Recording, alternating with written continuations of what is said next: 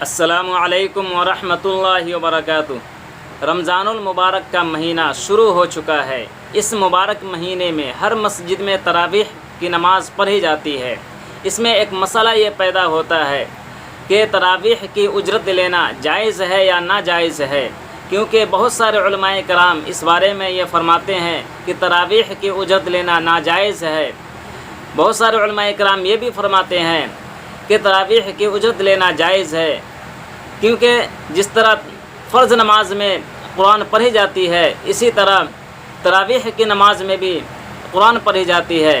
تو آخر ان دونوں مسئلے کے بیچ میں بہت سارے علماء کرام میں نا اتفاقی کیوں ہے، اس کے پیچھے کی وجہ کیا ہے؟ تو آج کی اس ویڈیو میں مفتی طارق مسعود صاحب کے اسی مسئلے کے بارے میں جانیں گے اور سمجھیں گے کہ اس مسئلے کے پیچھے کی وجہ کیا ہے اور اس کا حل کیا ہے۔ تو آئیے ویڈیو کی شروعات کرتے ہیں اور جانتے ہیں کہ تراویح کی اجرت لینا جائز ہے یا ناجائز ہے، قرآن و حدیث کی روشنی میں کیا فرماتے ہیں۔ تراویح پڑھا کر معاوضہ لینا، حافظ کا تراویح کا معاوضہ لینا کیسا ہے؟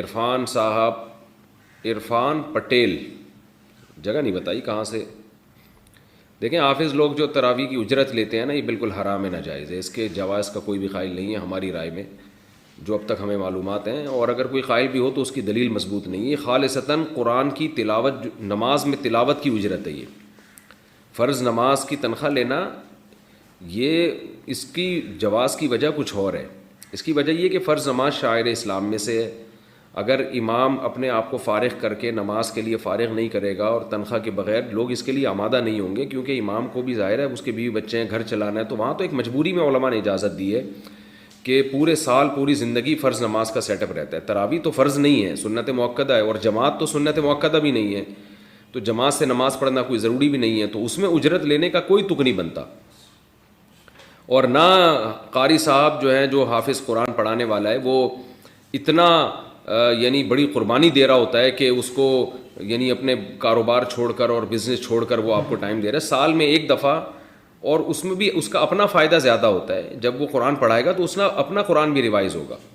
اور دوسری بات، قرآن ختم کرنا رمضان میں ضروری نہیں ہے۔ اگر آپ کو اجرت کے بغیر کوئی قاری مل رہا ہے تو آپ اجرت کے والے کے ساتھ کیوں پڑھا رہے ہیں؟ اور اگر اجرت کے بغیر نہیں مل رہا تو علم طرح سے پڑھ لیں تراویح۔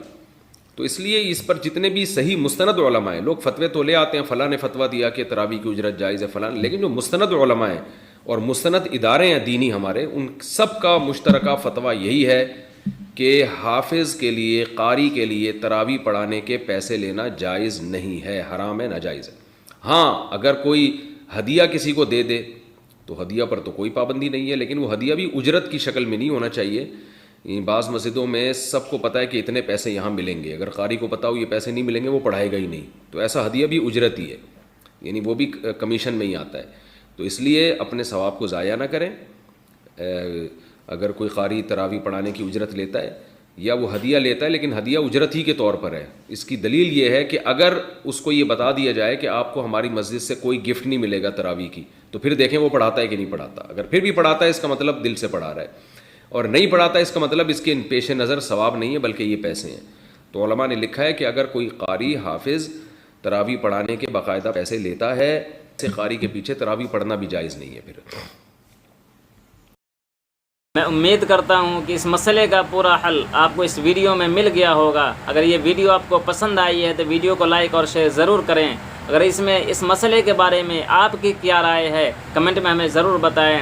انشاءاللہ ہم آپ تک اچھی معلومات اور دین کی صحیح معلومات لے کر آتے رہیں گے۔ تب تک کے لیے خدا حافظ۔